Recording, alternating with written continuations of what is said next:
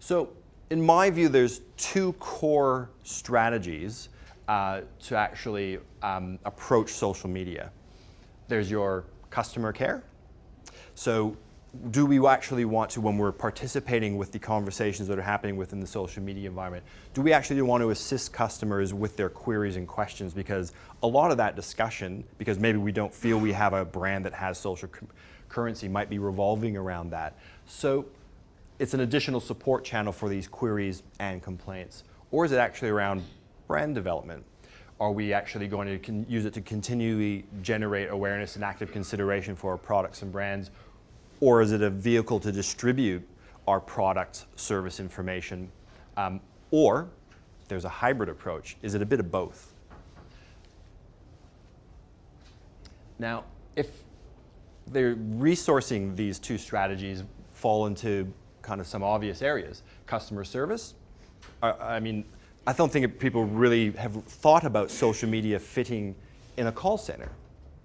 But where are the product customer inquiries going to? People are picking up their phone and they're calling saying, I have a problem, an issue with my product. Where can I find this? It's through the phone. Those people actually know how to deal with customer interactions.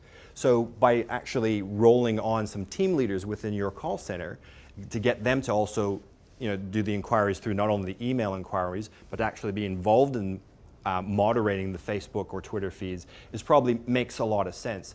And again, when you have the right framework in place that everybody's got there, that call center can be empowered to actually engage with those customers in the way that they want to be engaged. Or is it the brand development side? Again, that would be within your brand marketing team. Or is it your PR team that does that? Or if you look at a hybrid approach, because maybe you actually, the conversations that you're seeing within the social media environment are actually both. People love your brand and you have a very strong, popular brand, but also it is maybe deeply involved from a technical perspective. You have to have some customer care.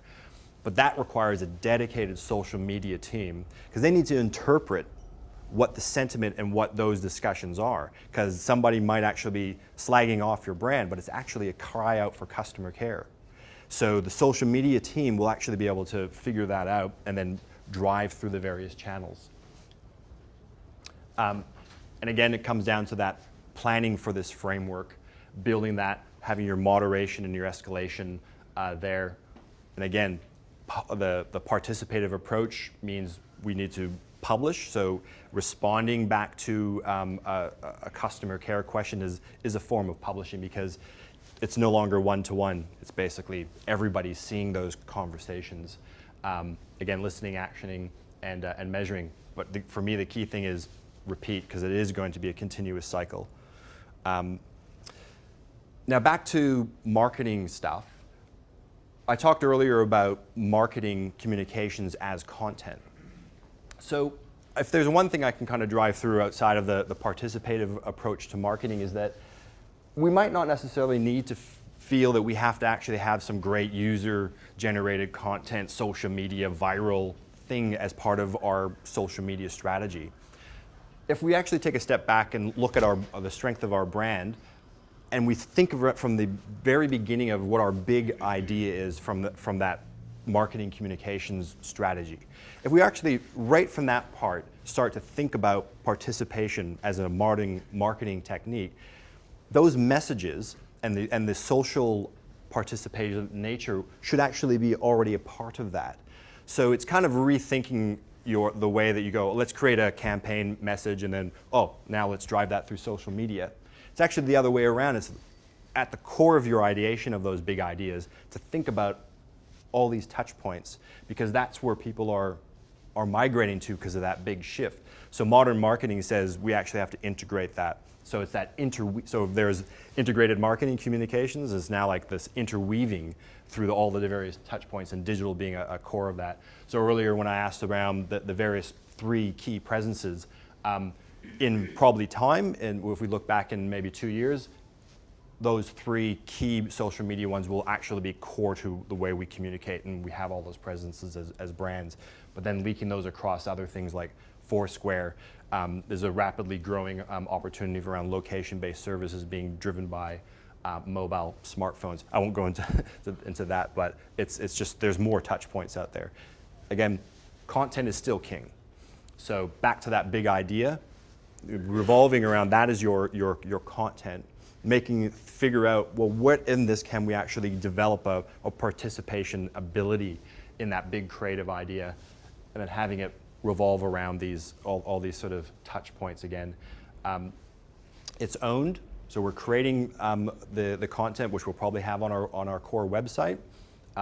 You figure out how we can get some user-generated integration with that, and then having this ability for people want to share or forward that will give us what we call earned media, and that's the big opportunity and value through social media. So a couple of quick examples, and I do have some more in-depth case studies to go through, but Mashable, everybody in the room I think who's already kind of gone into the social media journey will know Mashable being a leading source of social media news. They have a very simple way to actually drive people and awareness in a social media environment through their blog, where they have every week they put up this Mashable content comic. So basically it's very simple. It's just one person and they load it up to their website. But what it is, it's branded content. So as marketers, we understand that.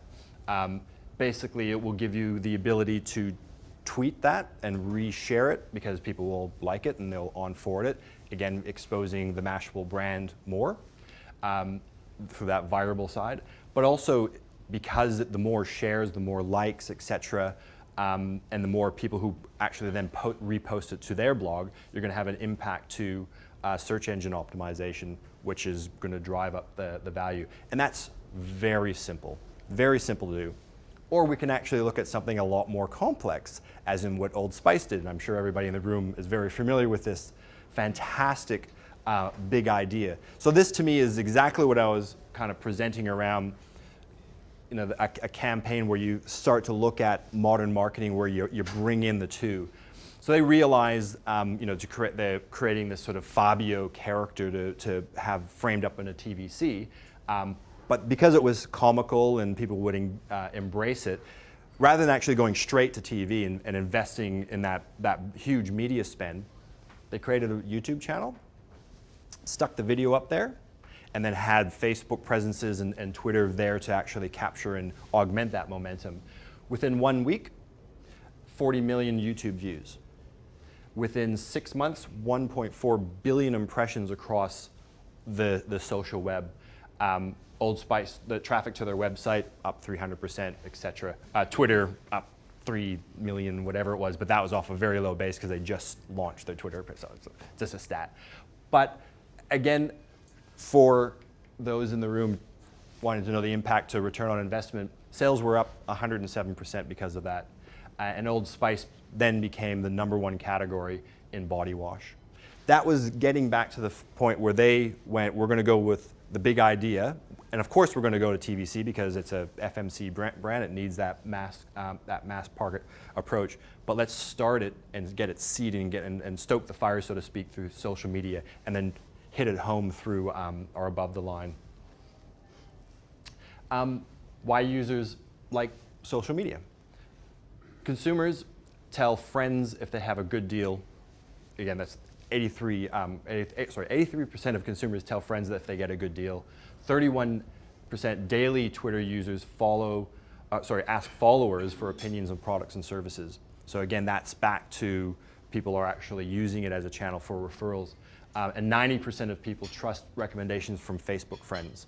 So there's another metric that says there's actually a polarization where people don't trust brand communications. So the impact of social media to turn around some of that sentiment and to leverage that is really, really important. So the last part of, I guess, my discussion before we move on to some case study examples is this modern marketing continuous participation cycle. So marketers are very used to being campaign driven, and they go, yep, here's an idea, let's go to our creative agency, get the concept, produce our TVC and all of our other information and get it out. Great, let's move on to the next one. I think those days are evolving to this thing where it's actually a continuation.